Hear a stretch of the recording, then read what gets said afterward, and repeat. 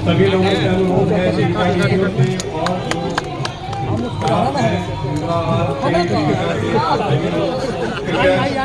मैं बता दूं, माननीय मंत्री के द्वारा ग्रामीण विकास विभाग के द्वारा जो योजनाएं संचालित की जाती हैं उन्हीं का एक मिश्रण है।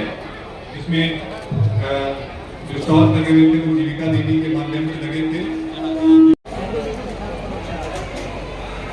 स्वयं सहायता समूह के जरिए जो हमारे गांव के और गांव के गरीब लोगों का जो समूह है उसके द्वारा जो उत्पादित वस्तुएं हैं वो यहाँ पर प्रदर्शनी के रूप में भी है और बिक्री केंद्र के रूप में भी यहाँ पर स्थापित है। तो जो लोग इस बात को समझते हैं या जो लोग इसका इस्तेमाल कर चुके हैं वो कभी चकमक के तरफ नहीं जाएंगे।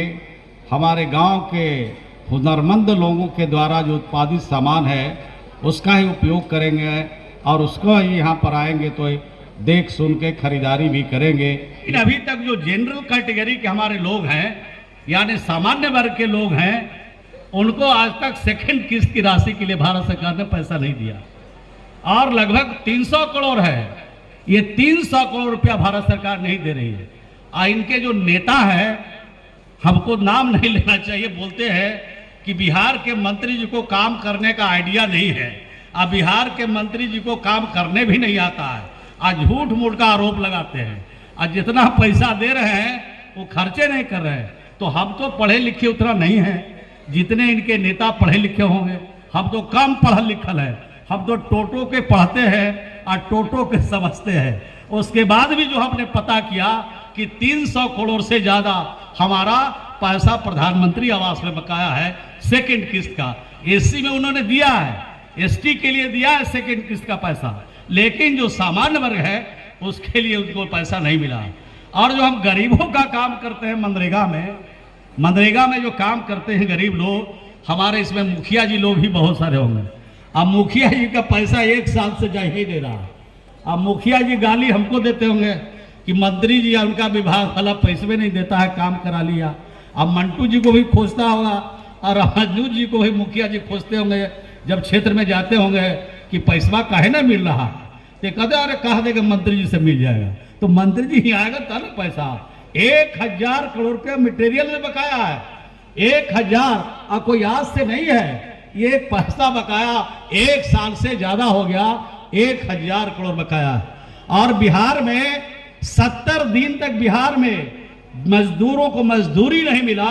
तो आप सोच लीजिए कि जिनको कहते हैं भारत सरकार कि पलायन को रोकिए, मजदूर को बाहर मत जाने दीजिए, उनको अपने बिहार में रखिए, उनके परिवार के साथ उनको रखिए, काम उनको गांव में दीजिए। जिस आदमी को 70 दिन तक हम काम कराएंगे अब मजदूरी नहीं देंगे तो वो हमारी बात से रुकने वाला है। हमारे घर पर सब लाठी लेके चढ़ जाएगा, बोला आप तो दोनों टाइम खा रहे हो और हमको 70 दिन तक भूखले रहेंगे। तो इस प्रकार का काम भी होता है। तो हम लोग को देखना ही है कि गरीबों का कैसे हित होगा, गरीब कैसे आगे बढ़ सकते हैं। ये अपोजिशन वाले भी विधायक हैं और रूलिंग पार्टी वाले भी विधायक हैं।